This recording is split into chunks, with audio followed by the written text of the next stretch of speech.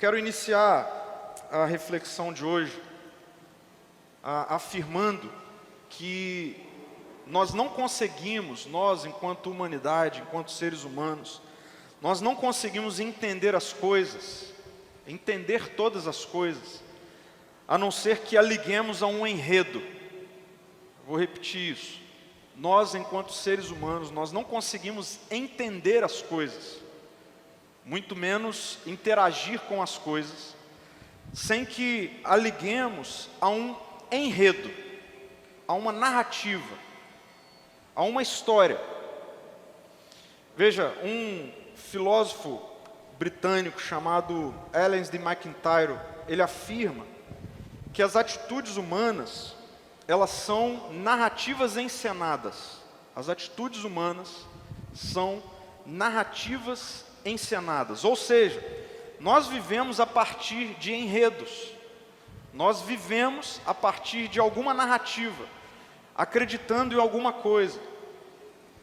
A nossa vida, as nossas ações, elas são encenações de narrativas, de enredos, daquilo que nós acreditamos.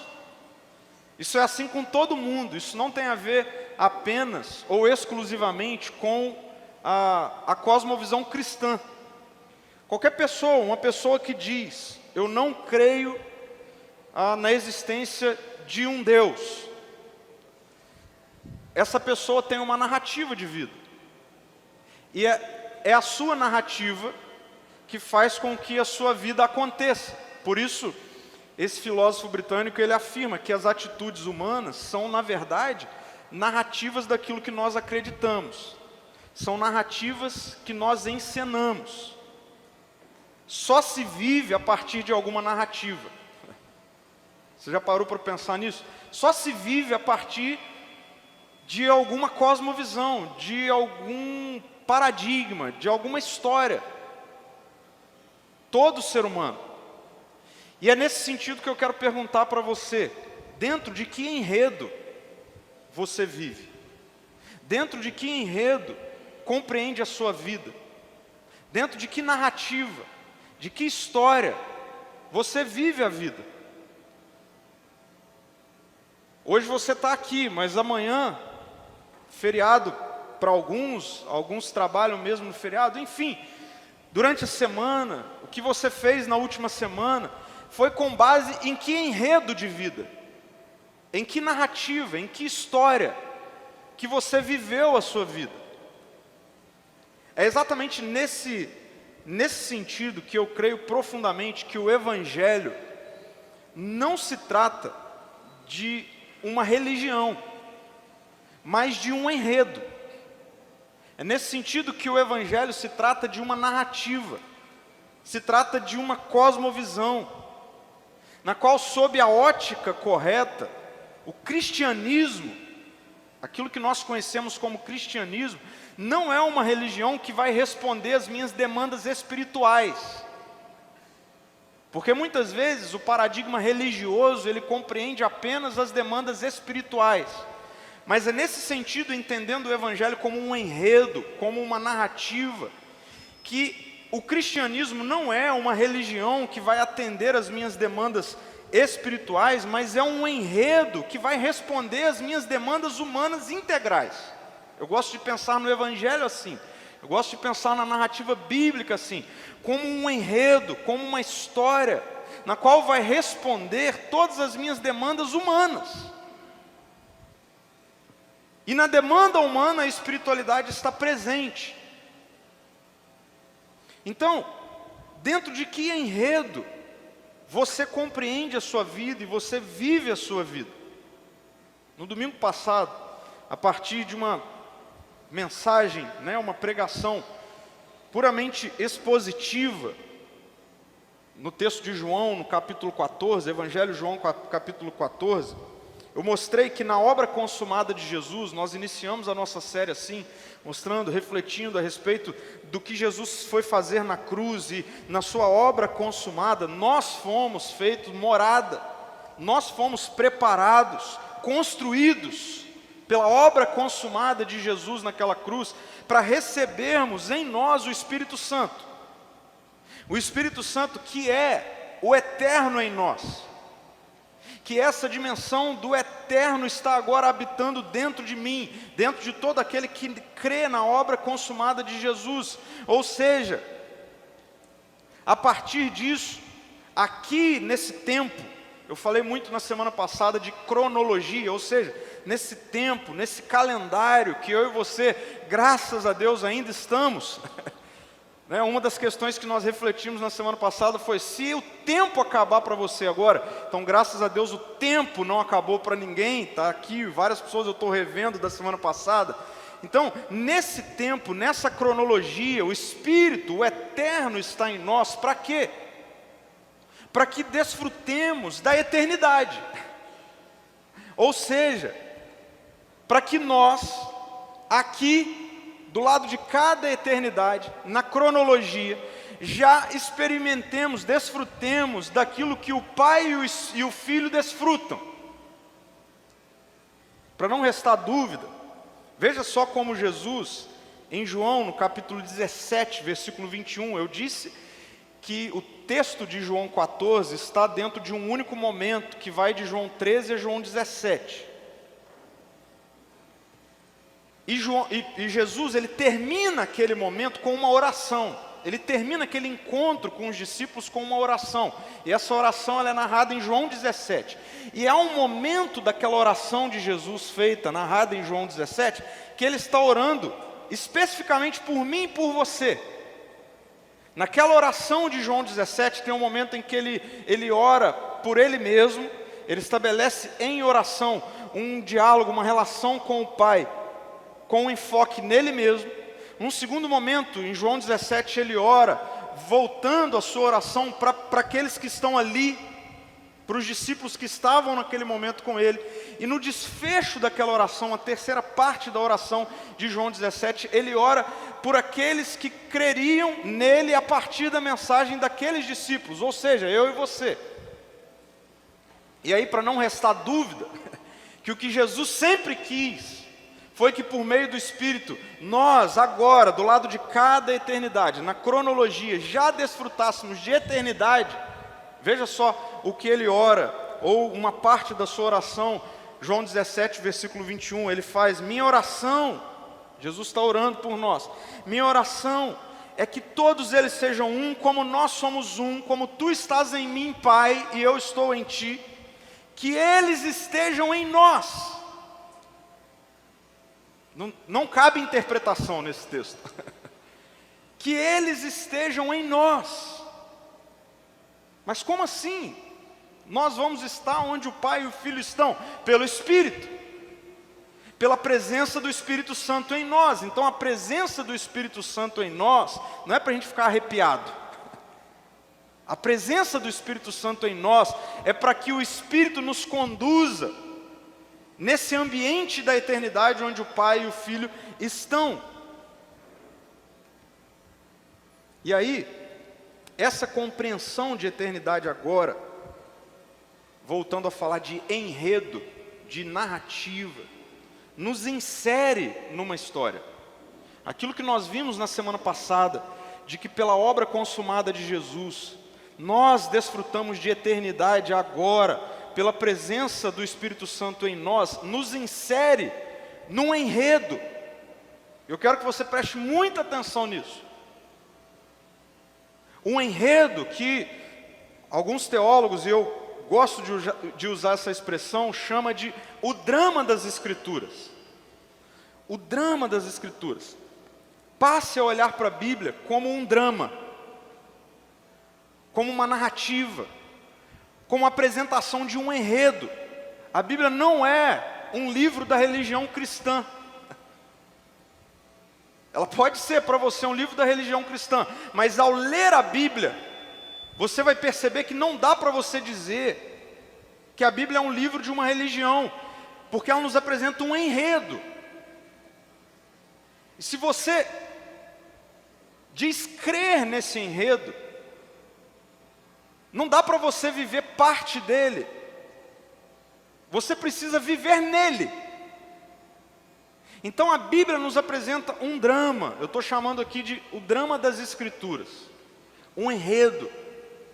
Um enredo que a gente pode encontrar ao longo de todo o texto sagrado, ao longo de todos os livros que estão na Bíblia. Uma condução, um desdobramento. E é muito importante você entender que é nesse desdobramento, inclusive, que nós lemos a Bíblia. E passa tudo fazer sentido nas Escrituras. Porque quando nós compreendemos a Bíblia como esse monte de livro isolado, é aí que a gente fica pincelando ou pensando textos, versículos, para construir a partir disso a minha própria tese. E quando a gente vai ver, está tudo desconectado. Então a gente precisa compreender a Bíblia como uma narrativa, um enredo, um drama, que passa por esses momentos. Nós temos nesse drama a narrativa da criação. Então, nós encontramos nas Escrituras como o mundo, a humanidade, todas as coisas foram criadas. Quem crê em Jesus, crê que o mundo foi criado. Alguém o criou. Então, o drama das Escrituras nos mostra um plano de Deus na criação. E é muitas vezes por nós entendermos isso com superficialidade, ou faltando a profundidade que nos cabe para compreender esse drama todo, que a gente inclusive começa a flertar com colocar o caráter de Deus muitas vezes em xeque, quando nós olhamos para tragédias, para momentos ruins, enfim, e a gente diz assim, mas como pode um Deus que é bom fazer isso? Então, a gente fica falando coisas sobre Deus que não tem a ver com Deus, muitas vezes porque nós somos superficiais no entendimento do drama das Escrituras. Porque quando eu olho para o drama das Escrituras, a gente vai ver que existe um Deus que criou todas as coisas de maneira plena, perfeita. O plano de Deus nunca foi o caos. Deus criou todas as coisas de maneira muito harmônica, inclusive o ser humano, criado à sua imagem e semelhança. Mas a narrativa bíblica nos mostra um desdobrar da criação para um momento de ruptura, de queda, ou seja, um problema nasce, um problema passa a existir. E esse problema não é causado por Deus. Deus, quando cria a humanidade, a sua imagem e semelhança, diz para a humanidade como as coisas deveriam ser. Quem decide não ser do jeito que Deus criou para ser, não é Deus, é a humanidade. E aí muitas pessoas dizem assim, mas por que Deus colocou uma árvore no meio daquela criação perfeita e Ele diz para o ser humano, olha, não faça isso. Eu já falei isso há alguns dias, mas não sei se você já ouviu sobre isso, porque talvez esse seja um questionamento seu, mas por que Deus criou um negócio, deixou lá uma árvore do conhecimento do bem e do mal, disse para o ser humano não comer? Por que tinha essa possibilidade? Essa possibilidade tinha, porque Deus não criou robôs programados. Porque se fôssemos robôs programados, nós não seríamos a imagem e semelhança de Deus. Deus criou a humanidade com liberdade. Deus sempre quis que a humanidade se relacionasse com Ele no paradigma da liberdade, do amor. Não existe amor aprisionado. Então, uma boa ilustração para isso é você ter um pássaro engaiolado e você afirmar que ama aquele pássaro e que tem certeza do amor que aquele pássaro tem por você. E aí eu te pergunto, mas como que você tem certeza que o pássaro te ama? Ah, porque ele está aqui todo dia. Ok, mas por que ele está aí todo dia?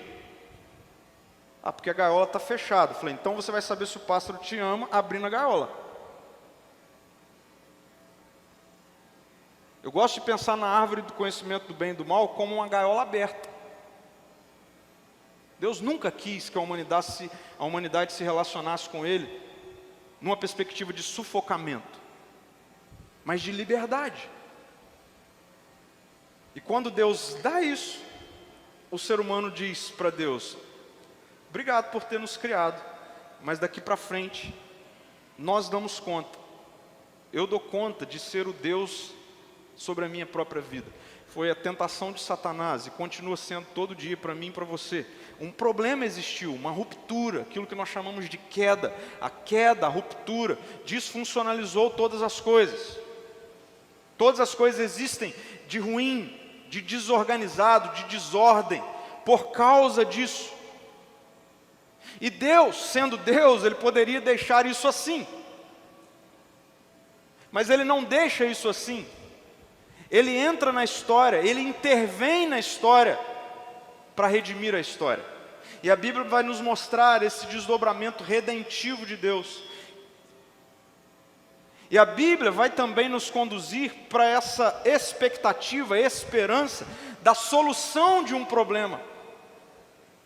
A solução de um problema que tem a ver com a restauração de todas as coisas. Então, se você ler a Bíblia de Gênesis e Apocalipse, você vai encontrar esse drama: criação, a ruptura, a queda, a redenção e a restauração. A pergunta que eu quero fazer para mim e para você é: onde é que nós estamos nesse drama, nesse enredo? Onde nós nos encontramos? Onde nós vivemos agora? Onde nós vivemos agora, já desfrutando de eternidade pelo Espírito em nós? Onde é que nós estamos? Onde é que você vive a sua vida? Não sei se você já rompeu com esse pensamento, mas o que a gente está fazendo aqui não é uma agenda religiosa. Onde nós estamos nesse enredo? A Bíblia nos mostra claramente que nesse enredo nós estamos nesse período onde a intervenção de Deus está ativa na história, apontando para a restauração de todas as coisas. Então é fato que nós falamos, como na semana passada, nós já podemos desfrutar da eternidade, o Espírito Santo está em nós, mas é muito fácil perceber que as coisas não estão solucionadas. Pode ser que ao longo dessa semana, assim como na minha semana, você tenha passado por momentos tensos, difíceis. E isso não anula o que foi dito na semana passada. Mas pode ser que na sua semana, de domingo para cá, você tenha passado por momentos ruins, tenha recebido notícias ruins, tenha lidado com tensões. E é verdade. Aqueles que estão em Cristo, por mais que já são morada de Deus, o Espírito está em nós, não estão isentos dos reflexos da queda, da ruptura, porque nós ainda não estamos vivendo no momento da história, do drama, onde as coisas foram restauradas e solucionadas. Então, em que momento nós estamos? No momento da redenção. Nesse enredo das Escrituras, nós estamos no momento da redenção. O momento da redenção que a Bíblia vai nos mostrar que se desenvolve a partir de 3 movimentos de Deus. Como eu disse, se você ler Gênesis 3, você vai perceber que um problema entrou na história. Gênesis 1 e 2 tem a criação, boa e perfeita. Gênesis 3, um problema entra na história. E você vai ver, logo depois, Deus ele já começa o seu movimento de redenção. O movimento de redenção de Deus na história começa com o chamado dele a Abraão. O chamado de Deus a Abraão é para conduzir a história para a formação de um povo. Aquilo que nós conhecemos em todo o Antigo Testamento como o povo de Deus, o povo eleito, a nação de Israel. Então a nação de Israel, ela é uma redenção iniciada por Deus. É Deus iniciando a redenção. Ele precisava iniciar de algum lugar. Lembra? É um enredo, é um drama, é uma história. Ele inicia com a formação de um povo. Tornando curto uma história longa, nós temos Jesus, o Deus que se encarna, o Messias prometido, entrando nesse drama, entrando nessa história. E esse Deus encarnado, Filho unigênito que se encarna, ele é a redenção definitiva de Deus. Deus então torna o seu movimento redentivo definitivo em Jesus. Então a nação de Israel, ela falha enquanto ponto de redenção. E ela falha se desdobrando para esse grito da humanidade por um Salvador, de que não daria conta de fazer isso por conta própria. Então Jesus é a redenção definitiva de Deus. Depois de Jesus não precisa de mais nada. Deus não precisa fazer mais nada para redimir a história. Ele faz isso totalmente em Jesus. Por isso Paulo vai falar em Romanos 1 que a humanidade é indesculpável. Agora, por quê? Porque em Jesus nós temos a máxima revelação de um Deus que está redimindo a humanidade. Em Jesus, na encarnação do Filho, na vida do Filho, na crucificação do Filho, na ressurreição do Filho, Deus diz, o Espírito inspira o apóstolo Paulo a escrever Romanos 1, dizendo, agora a humanidade não tem mais desculpa, porque Deus se revelou plenamente em Jesus. Mas a redenção ela continua. E agora a igreja é a redenção continuada. Então está vendo que a história bíblica, a narrativa bíblica está nos conduzindo. E todos nós estamos aguardando o desfecho dessa história, que é a restauração de todas as coisas, a solução de todas as coisas. Dentro desse enredo, dentro disso que eu trouxe até agora, eu quero fazer uma pergunta que nos insere no tema específico de hoje.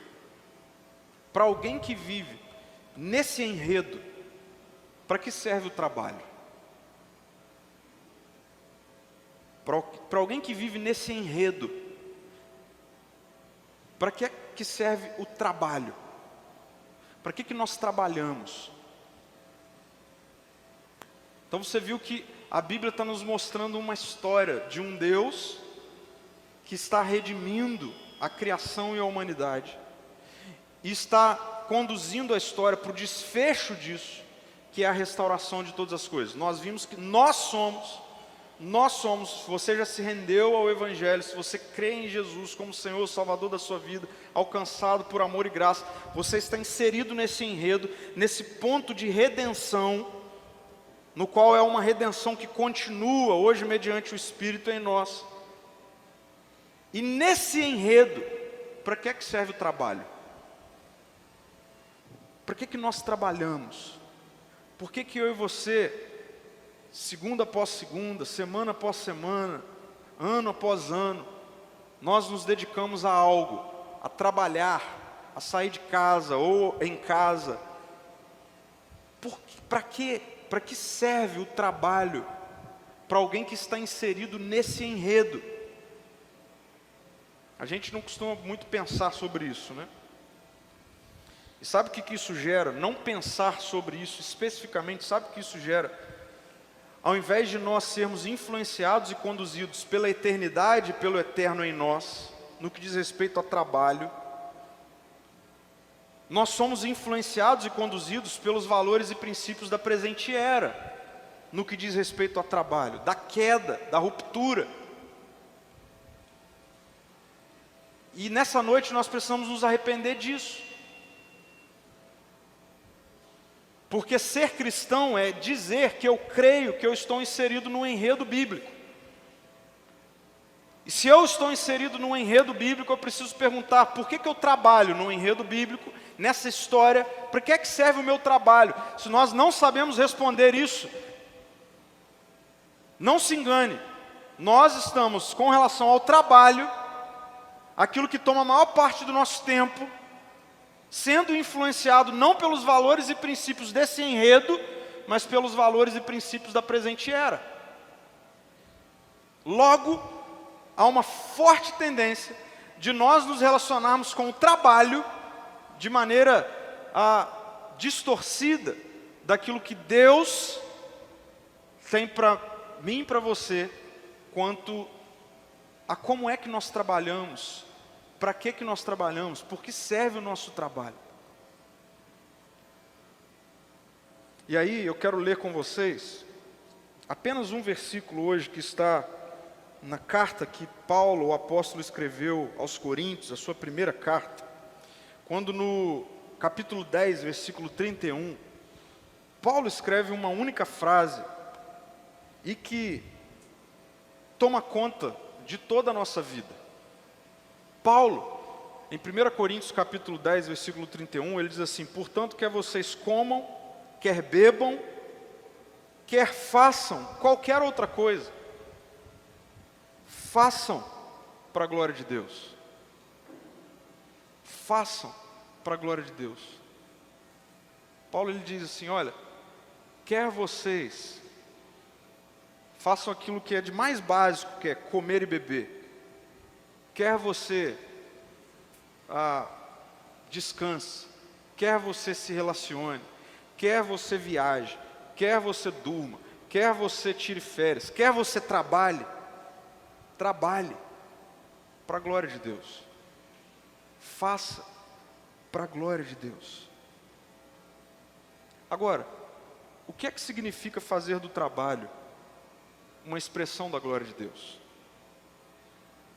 O que é que significa trabalhar para a glória de Deus? E aí, com esse texto em mente, eu volto para essa tela e volto para essa pergunta. Para alguém que vive nesse enredo, entendendo que dentro desse enredo, eu sou orientado a fazer tudo para a glória de Deus, inclusive trabalhar para a glória de Deus, para que é que serve o trabalho? Como no meu trabalho eu faço para a glória de Deus? E aí, eu acredito que nós precisamos responder duas perguntas.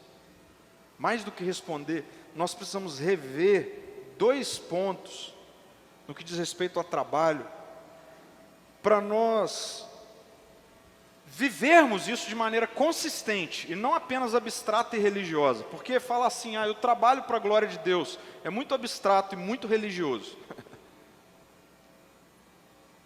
Como nós trabalhamos para a glória de Deus? Nós precisamos passar por dois pontos, por duas questões. A primeira questão é, por que eu trabalho? Nós precisamos, à luz do Evangelho, à luz desse enredo, questionar, por que eu trabalho? E uma segunda questão é, para quem eu trabalho?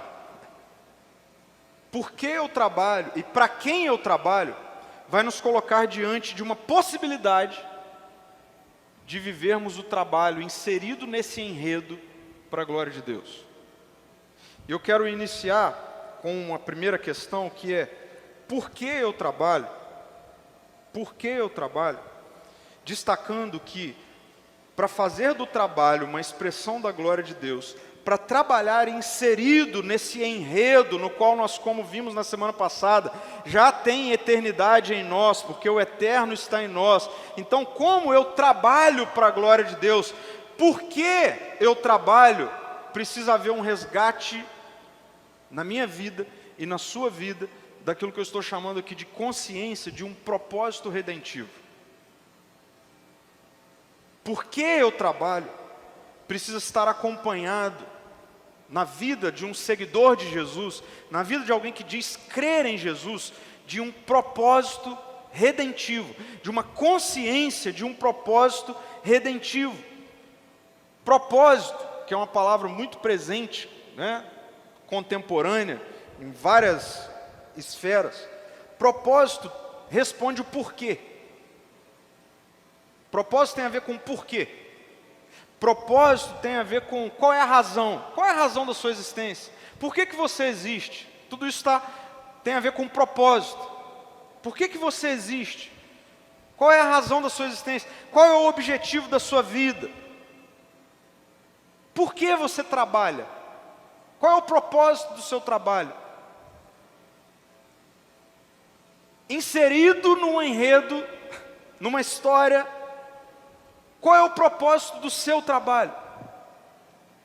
Por que trabalhar? Num senso comum, cultura contemporânea, a resposta ela vai passar por algumas coisas. Uma das questões sobre as quais passam a resposta do por que você trabalha é necessidade, não é verdade? Eu trabalho por necessidade. Eu trabalho porque eu preciso me sustentar. Eu trabalho porque eu preciso do sustento, eu preciso pagar a conta. Então, por isso eu trabalho. Não é verdade? Dentro do senso comum, essa é uma resposta bastante lógica, real. Por que você trabalha? Porque eu preciso me sustentar, por necessidade. Há ainda a possibilidade da resposta ao porquê do trabalho ser por realização pessoal.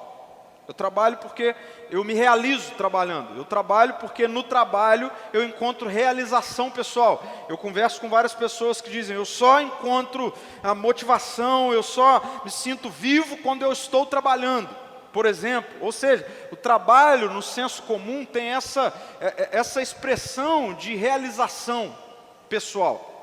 Ou ainda, há a possibilidade de dizer que trabalha porque quer acumular bens, porque quer acumular riqueza, porque quer encher a conta bancária.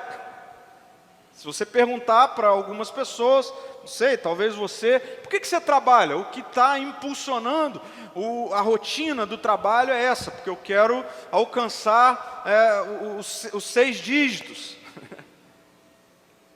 Tem disso tudo. Ok. Mas e para alguém que vive no enredo bíblico? E para alguém que vive no reino de Deus? Porque se você diz que crê em Jesus, eu quero te dar uma notícia. Você diz que vive no reino de Deus. E para alguém que vive no reino de Deus, para alguém que, como nós vimos na semana passada, é a habitação do Espírito, por que trabalhar? Por que trabalhar? Preste atenção nisso. O trabalho para a glória de Deus, ele serve, ou ele precisa servir, como um sinal da redenção. O trabalho para a glória de Deus serve como um sinal da redenção. E não mais deve estar restrito a ser fonte de sustento, realização pessoal e acúmulo de riqueza. Para refletir um pouquinho nisso. Porque talvez você até hoje tenha vivido o seu trabalho só por causa dessas 3 questões ou algumas outras e nunca considerou que o trabalho para a glória de Deus tem a ver com ser um sinal da redenção.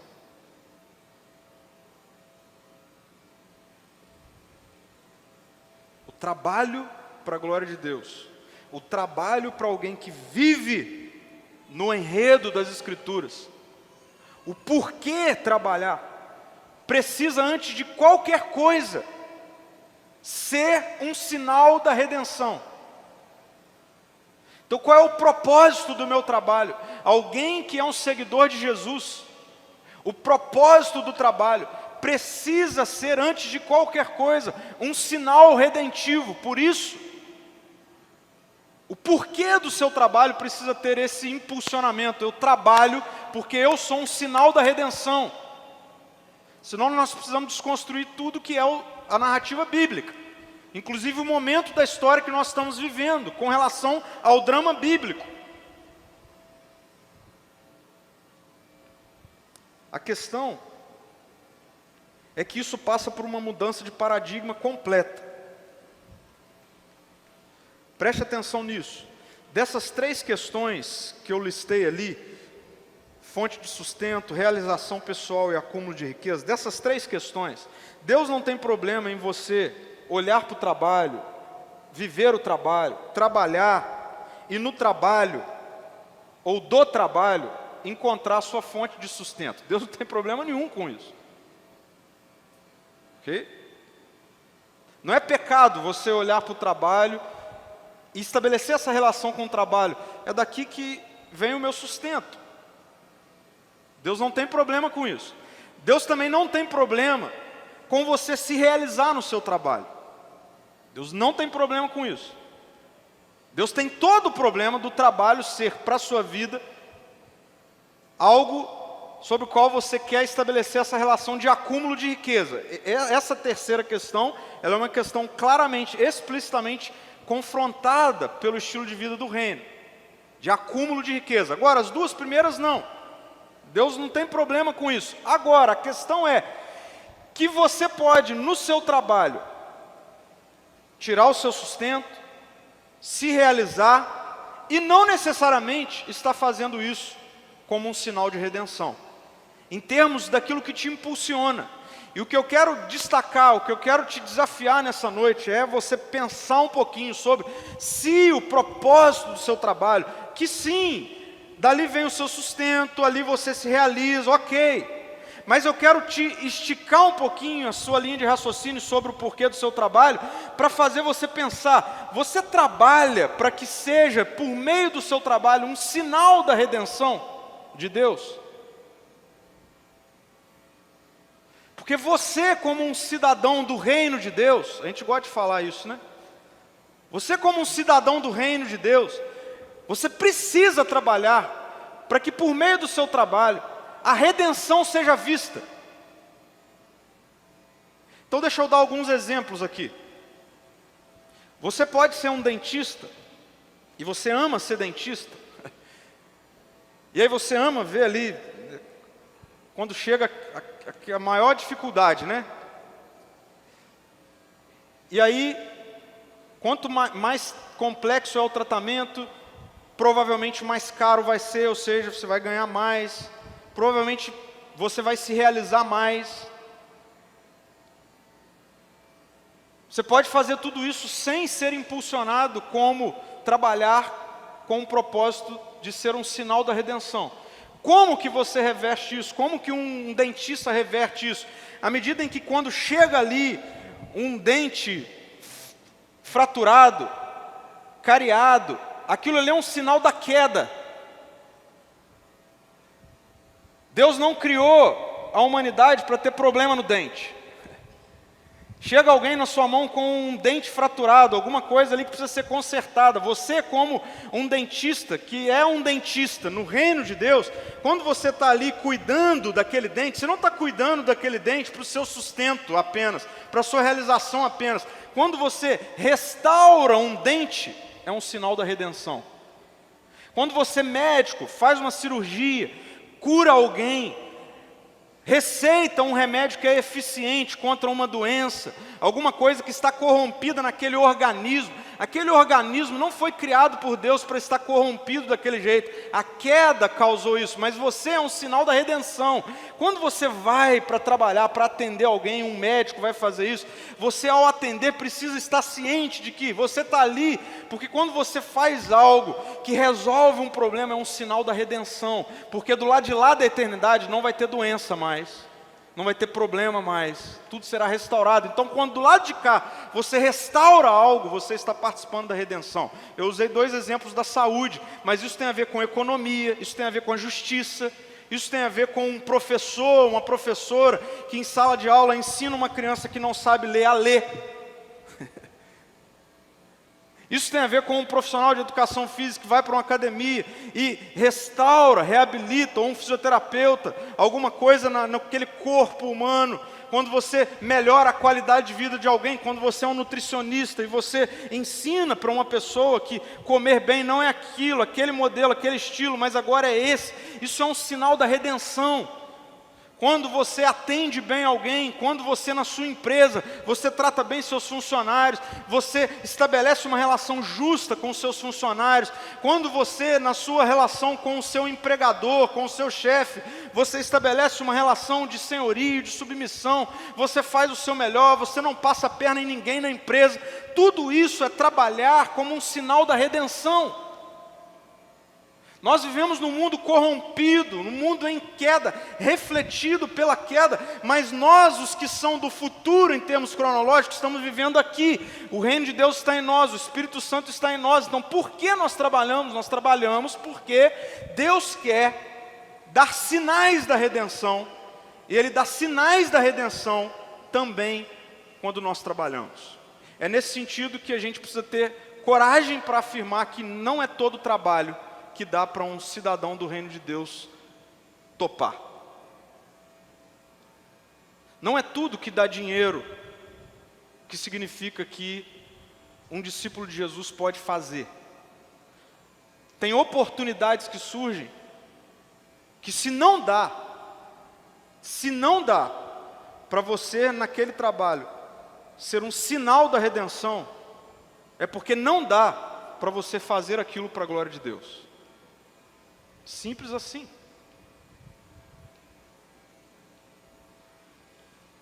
Então, por que nós trabalhamos?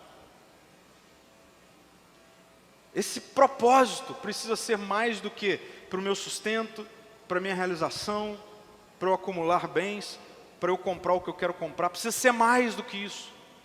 Esse propósito precisa ser porque através de mim e do meu trabalho há sinais da redenção.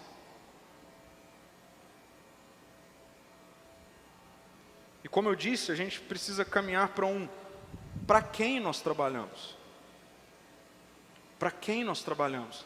E esse para quem nós trabalhamos nos coloca diante de uma consciência de vocação redentiva. Então, se o porquê nos coloca diante de um propósito redentivo, o para quem nos coloca diante de uma vocação redentiva. Vocação, assim como propósito, também é uma palavra que está em alta no mundo corporativo, no mundo da psicologia, no cenário coach, né? Essa coisa de vocação, ser vocacionado, encontrar a vocação. Mas o que é vocação? Às vezes a gente fala tanto das coisas e a gente não sabe o que é. O que é vocação? O que é dizer que eu sou vocacionado, eu sou vocacionada? O que significa ser vocacionado ou vocacionada? E aí é bom a gente ir atrás do sentido das palavras. E quando nós encontramos a raiz de vocação, que é no termo latino vocare, esse termo no latim vocare, significa literalmente chamar. Chamar. Então, vocação envolve ser chamado. E aí eu quero usar as palavras do Tim Keller, que nesse contexto ele vai dizer o seguinte: o trabalho só é uma vocação se alguém chamar você para fazê-lo e se ele for feito para quem o chamou, e não para você mesmo. Da mesma forma, o nosso trabalho só é um chamado se for repensado como uma missão ou um serviço em favor de algo que está acima dos nossos meros interesses pessoais.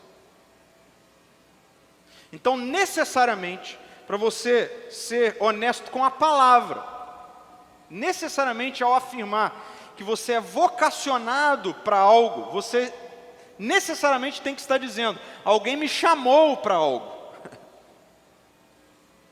Ou então para de usar a palavra vocação. Mas para você usar a palavra vocação de maneira correta, necessariamente você tem que dizer que, ao afirmar que eu sou vocacionado para isso, então você está dizendo que você foi chamado para isso. Chamado por quem?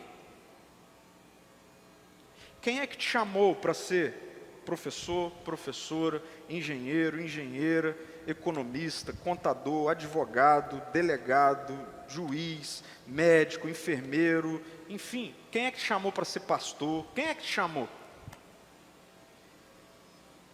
E vocês concordam que isso pode encontrar muitas respostas? Quem me chamou fui eu mesmo. Quem me chamou foi a cultura, que disse que quando eu estava na minha época de pensar minha profissão, a cultura dizia que o bom era ser tal coisa. Quem nunca caiu nisso, né? Não, eu fiz testes, eu ouvi pessoas e tal, e eu... Não, é isso. Então, muitas coisas podem nos chamar. Muitas coisas podem te chamar para você ser e fazer o que você está fazendo. A questão é, você diz que vive no enredo do reino de Deus. Deus te chamou.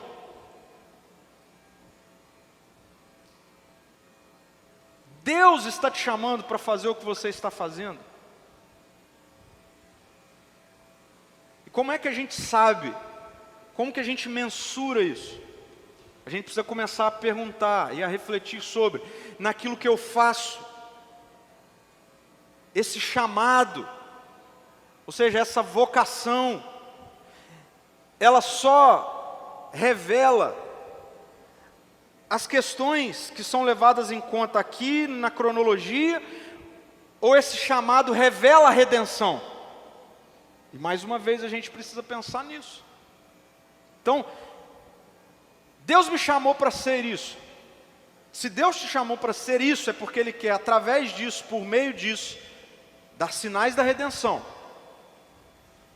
Ele quer mostrar que o reino de Deus é algo real, presente, que Jesus é real, que a história que está sendo contada no drama das Escrituras é a história real. Se você é cristão, é isso que precisa estar aí no seu background, na sua reflexão. Para quem eu trabalho? Eu sou vocacionado por quem? Então, você, como um discípulo de Jesus, é vocacionado por Jesus. É Ele que está te chamando para fazer o que você faz. E Ele te chama para fazer o que você faz, não é meramente para o sustento, para a realização, muito menos para o acúmulo de riquezas. Não, Ele está te chamando para fazer o que você faz, porque por meio do que você faz, Ele quer também apontar para a redenção. Então isso começa a nos colocar numa posição mais profunda de dizer que Deus me chamou para fazer isso. Deus está me chamando para fazer isso. Essa oportunidade que surgiu é de Deus para mim, ok? Então ela é de Deus para você, então você está dizendo que nela você vai se desenvolver profissionalmente por aquele que te chamou para fazer isso, e por meio desse seu desenvolvimento também os sinais da redenção vão aparecer, ok? Ok, é isso mesmo. Então vai fundo. Então é isso mesmo. Gente, isso não é complicado. A gente precisa ter coragem, fé, profundidade, mas não é complicado de dizer que algumas coisas que eu já fiz na minha vida, eu podia até ter orado por aquilo e etc. A gente consegue manipular várias coisas com expressões religiosas, ok? Mas se nós fôssemos honestos, eu tenho coisas na minha vida nos quais eu já me envolvi, que não tem como eu dizer assim, eu fiz para Deus, para a glória de Deus, para que a redenção fosse revelada por meio daquilo que eu estava fazendo. Então, trabalhar para a glória de Deus é trabalhar com consciência de que Deus te chamou ou te vocacionou para algo. Preste atenção nisso. E que nisso você faz para Ele e não apenas para si mesmo. Essa consciência precisa ser vivida por nós, como aqueles que são vocacionados. Eu e você trabalhamos, mas nós trabalhamos dentro de um enredo, dentro de uma história. A história de um Deus que está redimindo todas as coisas, até que tudo seja restaurado. Nós trabalhamos de segunda a segunda, você trabalha de segunda a segunda, inserido nessa história de um Deus que está redimindo todas as coisas, até que tudo seja restaurado. Então eu não trabalho para mim, você também não trabalha para você. Nós, no reino de Deus, não trabalhamos para o nosso sustento. Nós não trabalhamos para a nossa realização. Nós não trabalhamos para acúmulo de riquezas. Nós trabalhamos para sermos um sinal da redenção de Deus na história. Porque, como um seguidor de Jesus, nós precisamos afirmar que a nossa vocação vem dele, e não de mim mesmo, não da cultura, vem dele. Para a gente refletir, praticar, tomar decisões, eu quero pensar em algumas coisas com vocês. Primeiro, no meio das suas crises sobre propósito, porque essa é uma crise contemporânea. Eu lido quase que toda semana com pessoas que chegam com essa questão, crise de propósito, crise com propósito. Então, a questão aqui é, no meio das suas crises sobre propósito, você olha para o enredo do qual você faz parte, ou você olha apenas para si mesmo?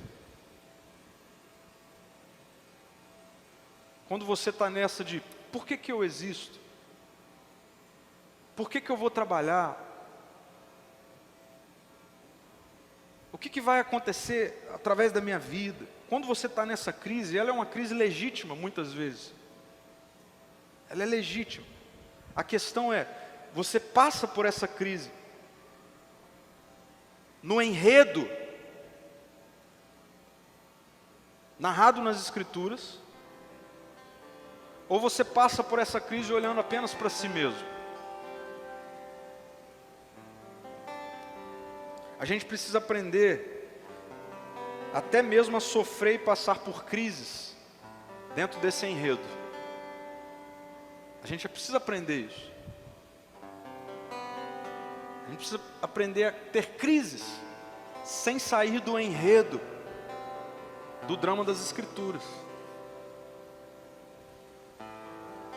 do reino de Deus. A gente precisa aprender que na tempestade, a tempestade também acontece nesse enredo. Esse enredo não é só sobre coisas boas, momentos bons. Não, é uma história real. E histórias reais têm problemas, dificuldades.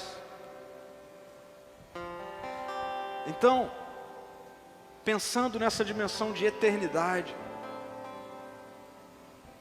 entendendo que o trabalho é algo dado por Deus na sua criação boa e perfeita. Tem gente que acha que o trabalho é fruto da queda, do pecado, né? Tem gente que acha que o céu é um monte de rede pendurada e todo mundo lá na rede. Pelo amor de Deus, o ser humano não ia suportar isso, porque nós fomos criados para o trabalho, para trabalhar, para produzir, para ter ideias, para realizar. O que a queda fez, o que o pecado fez, foi corromper isso e fazer a gente achar que o trabalho, e é isso que Deus vai dizer ali logo em Gênesis 3, né? Então agora vocês vão ter que suar. Agora a terra vai resistir.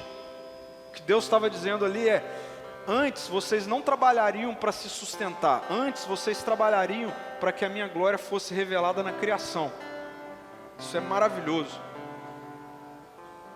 Mas sabe o que é mais maravilhoso ainda? Que Deus está redimindo a forma como eu e você trabalhamos. E até mesmo as crises de propósito, a gente precisa fazê-las e vivê-las inserido nesse enredo. Eu estou no reino de Deus. Ô Deus, eu existo para quê? Ô Deus, o que é que o Senhor quer fazer que só vai fazer através de mim? Deus, o que é que o Senhor vai fazer? Eu estou desempregado, Deus, mas eu confio que sustento é fruto do seu amor por mim. Eu confio que realização tem a ver com encontrar minha identidade no Senhor. Então, o Senhor vai me sustentar e a minha realização está no Senhor. Mas eu trabalho, Deus, eu quero trabalhar. Deus, abre uma porta de emprego para mim. Deus, eu vou me dedicar, eu quero... Faz tudo isso, mas faz assim, Deus, eu quero fazer tudo isso com um propósito de ser um sinal da redenção. Então, se você tem crise de propósito, você está com essa crise, viva essa crise, mas viva essa crise dentro desse enredo. Se você é jovem, que está aqui me ouvindo, adolescente, e você está sendo bombardeado sobre o que é que você tem que fazer, o que é que tem que... Então, começa a estabelecer a sua relação com Deus e falar assim, você tem que ouvir seus pais, você tem que ouvir experiências ao seu redor, mas você também precisa fazer tudo isso no enredo do reino de Deus, no qual você precisa perguntar para Deus, Deus, o que é que o Senhor quer fazer através do meu trabalho, que ao realizar o meu trabalho vai ser sinal da redenção. As pessoas vão ver o que eu produzo, vão ver o que eu faço, e elas vão ver redenção.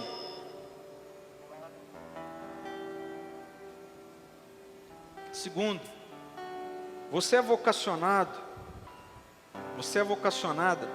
por quem? Quem te chamou para fazer o que você está fazendo? Quem te chamou? Eu queria te desafiar a sair daqui hoje olhando de uma outra forma para essa questão da vocação. E que você saísse daqui afirmando, Deus, eu vou fazer o que eu for chamado pelo Senhor para fazer. Deus, eu quero olhar minha vocação agora não mais como algo que a cultura diz ou me chama a fazer, nem mesmo as minhas fendas. Não, Deus, eu quero estar disposto a ser vocacionado, chamado pelo Senhor para fazer. E por fim, você trabalha para a glória de Deus ou para a sua glória? Você trabalha para a glória de Deus ou para a sua glória? Como é que a gente vai medir isso? A gente mede isso olhando para o que é que nós fazemos com o resultado do nosso trabalho. Em todas as dimensões do resultado do nosso trabalho. Quando você recebe um elogio, quando você recebe uma honra, quando você recebe uma promoção, quando você faz algo que sai muito bem feito, a glória é de quem?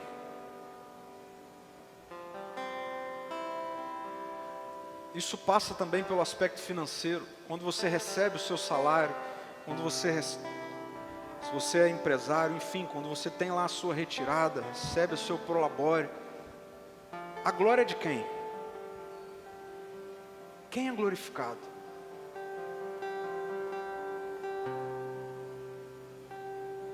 Aqui é o momento de eu te desafiar, a você que está trabalhando, seja como um funcionário, funcionária, seja como um autônomo, a você que tem uma renda fixa, a você que está trabalhando, aqui é o momento de eu te desafiar, se envolva também, financeiramente, com essa comunidade de fé que está te servindo. Esse é o momento. Você sabe que você já percebeu que a gente não tem momento de recolhimento de dízimos e ofertas, a gente não tem nenhum tipo de apelo nesse sentido, mas isso não significa que tudo aqui é de graça. É pela graça, mas não é de graça. Então aqui é o momento de eu te desafiar. Se Deus tem te conduzido a esse lugar para você congregar, para você ser igreja aqui, e você está trabalhando, glorifique a Deus também por meio das suas finanças, contribuindo com aquilo que Deus tem feito através de nós e para nós.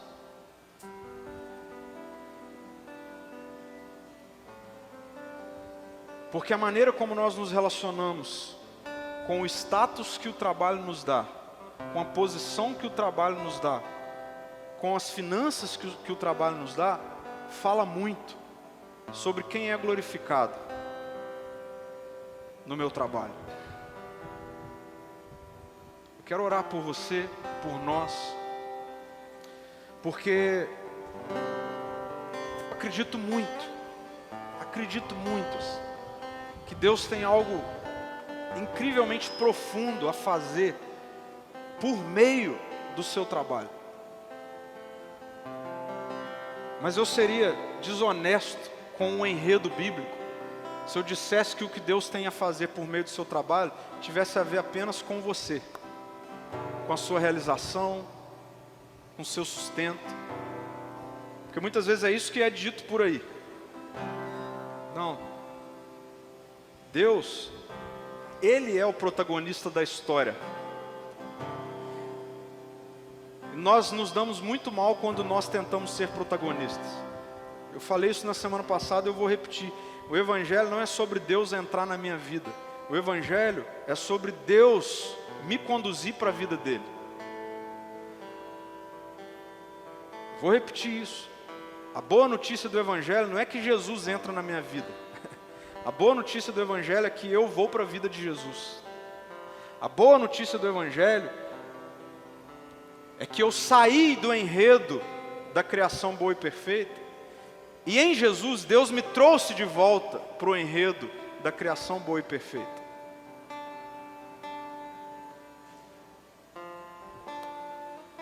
Então, eu acredito muito que Deus vai começar a fazer algo maravilhoso, profundamente maravilhoso, através do seu trabalho. Através do seu trabalho. Através do seu trabalho. Você que lida com arte, com fotografia, com imagem, com beleza. Eu quero te dizer, Deus quer usar o seu trabalho para redimir a imagem. Você que lida com justiça.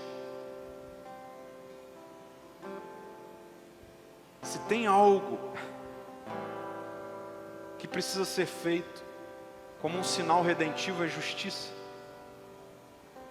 Para você que lida com vendas, no reino de Deus você não precisa superfaturar nada. Você não precisa. Você não precisa aproveitar da circunstância e da situação para ganhar mais. Você não precisa. Para você que é empresário, você não precisa tratar mal os seus funcionários.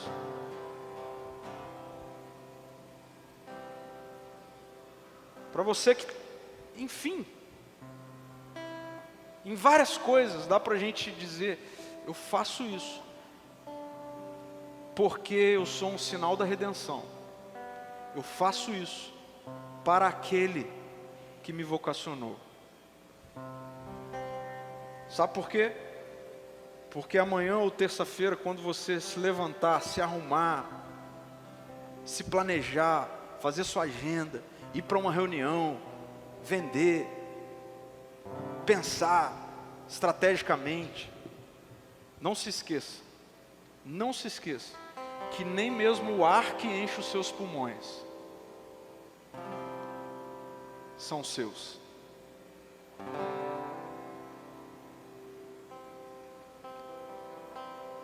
Senhor, muito obrigado. Muito obrigado, Senhor, porque como é bom compreender o Evangelho não como uma religião, mais uma religião cansativa, chata,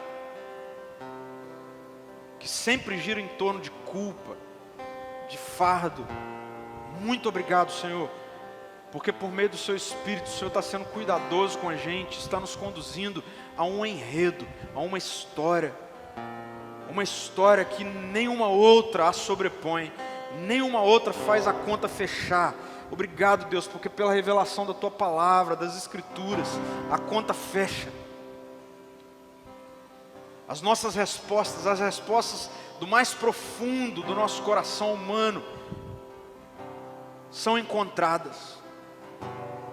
Muito obrigado, Senhor, pela revelação da Tua Palavra. Muito obrigado, Espírito Santo de Deus, pela inspiração em nós, para que essas palavras não sejam letra fria, mas seja vida. Muito obrigado, Senhor, pela eternidade agora. Muito obrigado, Senhor, porque somos morada do Teu Espírito. Pelo Teu Espírito em nós, nós já podemos estar onde o Pai e o Filho estão. Obrigado por isso, Senhor. E obrigado, Deus, porque ao olharmos para a presente era, para a nossa semana, para o nosso momento, talvez para o nosso emprego ou desemprego, pelos problemas da economia, ao olharmos para o problema da nossa empresa. Muito obrigado, Deus, porque nós podemos olhar para tudo isso dentro de um enredo, e esse enredo nos diz que a última palavra não é da economia, a última palavra não é da dificuldade, a última palavra é da restauração plena. E é nela que nós aguardamos, é nela que nós ancoramos, é nela que nós esperamos. E enquanto nós trabalhamos aqui, nós queremos trabalhar aqui para mostrar sinais da redenção. Deus, eu oro por uma nova mentalidade para todos nós que estamos trabalhando, que vamos trabalhar essa semana. Eu oro por uma nova mentalidade, pelo Teu Espírito em nós, para que ao sairmos da nossa casa, ao planejarmos a nossa semana, a gente possa ter, Deus, um propósito redentivo, um porquê maior do que nós mesmos. Que tenhamos também, Deus, uma vocação redentiva, que a gente saiba responder quem nos chamou.